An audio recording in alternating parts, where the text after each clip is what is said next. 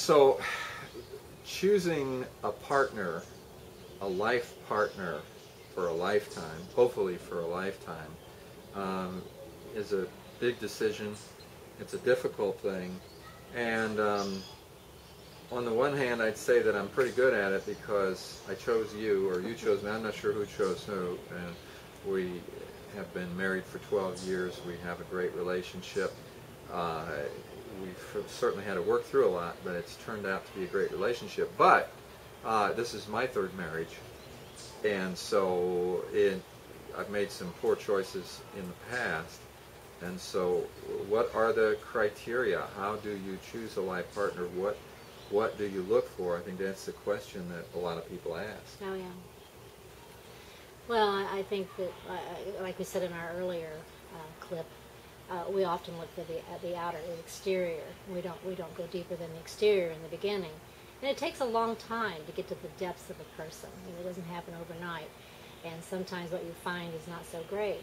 And I do know that young people in particular are caught up in, the body and sexual attraction and chemistry and all that, and you can understand that. But as we know, I mean, that wears thin after a while. You have got to have substance in your relationship.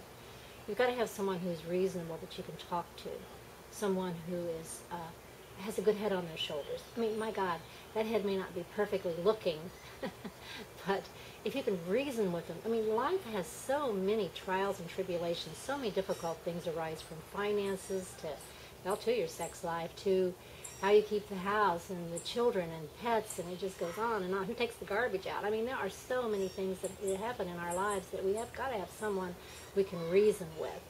And if you've got this gorgeous hunk in your life who you cannot reason with, what is it worth in the long run? It's worth nothing, honestly.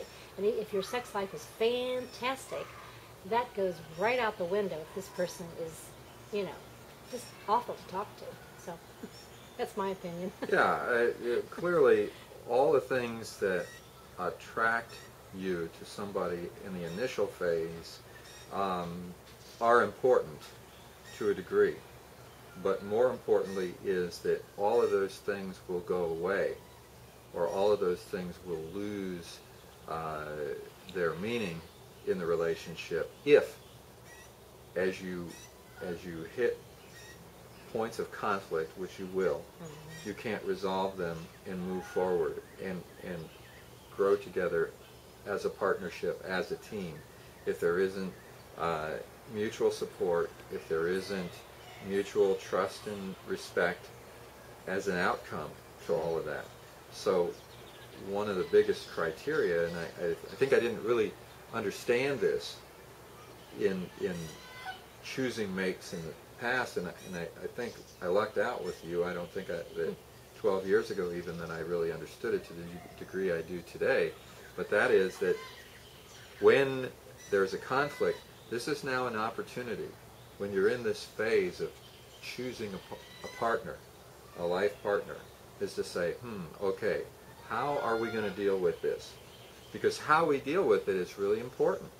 Even if it's a little thing, being able to really look at it as important and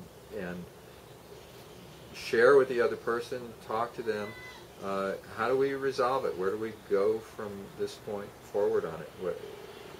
The worst thing you can do during the courtship or during whatever this period of evaluation may be is just to let things go. Yeah, and forgive. Things Forgive, should not be forgiven. because then it doesn't get fixed. And I had a woman who recently, I was one of my workshops, who said, "Yeah, I choose my battles. I choose my battles." Well, what she was really trying to say is that, hey, if it's not really, really bad, I'm not going to say anything at all. If it's not really horrible, I'm not going to say anything. I'm going to let it go because I don't want to make a big deal about it. I'm only going to say something when it's a critical situation. But then the more we talked, what I realized is that she's a nagger. Oh, yeah. She's a nagger. She was really complaining about all the things that her husband does and all this sort of thing. And she's told him time and time again that he doesn't listen, so then she says, I choose my battles. Mm-hmm. Well, What do you mean? What she does is she gives up on it after a while.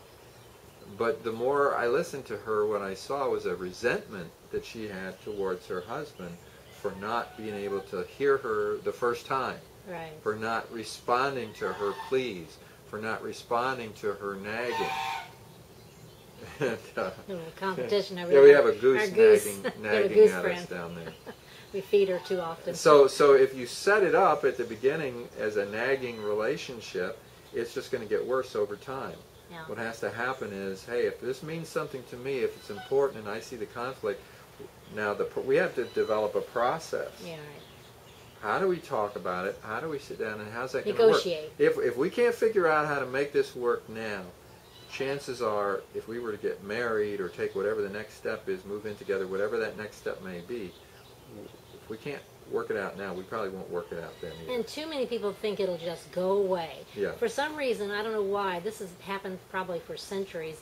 People think that once they unite permanently on some level, get married in today's world, it's almost like, well, now everything will go away once we're married. And gosh, that is, or once we have a child. And that is so not true. Oh my God, it gets worse, Yeah. actually. Yeah. So I think sitting down and negotiating, and we've talked about, and this may be another little clip here, another little video, but goals, roles, and procedures. Sitting down and Yeah. actually in some real logical way laying out, this is what I need, this is what I need from you.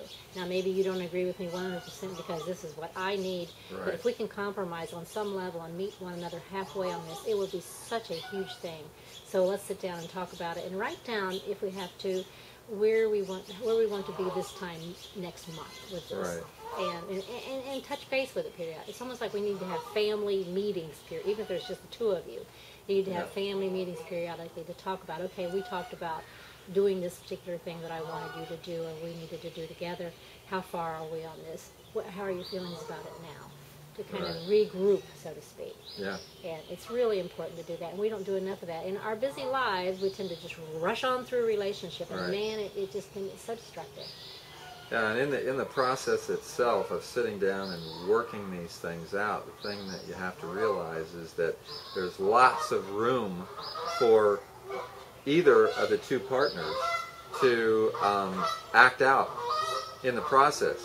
In other words, it's not just really a really clear process to say, okay, let's sit down and let's talk about this issue. Well, my attitude, my tone of voice, at the point that I'm doing that may be causing you to react. Yeah. You know, because I have an attitude. I'm saying, okay, let's sit down and talk, and I'm talking as though you have a problem, and I'm here to straighten you out. Well, as soon as you pick up that from me, then you have an attitude. And now, even though we're going through the motions of trying to work it out, we're, for one reason or another, we're not getting the clarity. There's not that sense of mutual support. We're now almost taking adversarial positions and using one-upmanship in the way that we're communicating with each other. So then we have to sense that and be able to just admit it and say, I feel like this is going on, so that we can establish a basis for this kind of communication. Yes, tone of voice. And we have to work that out over a period of time. It doesn't happen right away. But during the courtship, if you want to call it that, is your opportunity to just work with it and see how far you can go. And you're either going to see progress, or you're going to see yourself hitting a wall and then not being able to go any further, either because you have a problem or the other person isn't cooperating in some way. Oh yeah, yes, so very, very true. Absolutely.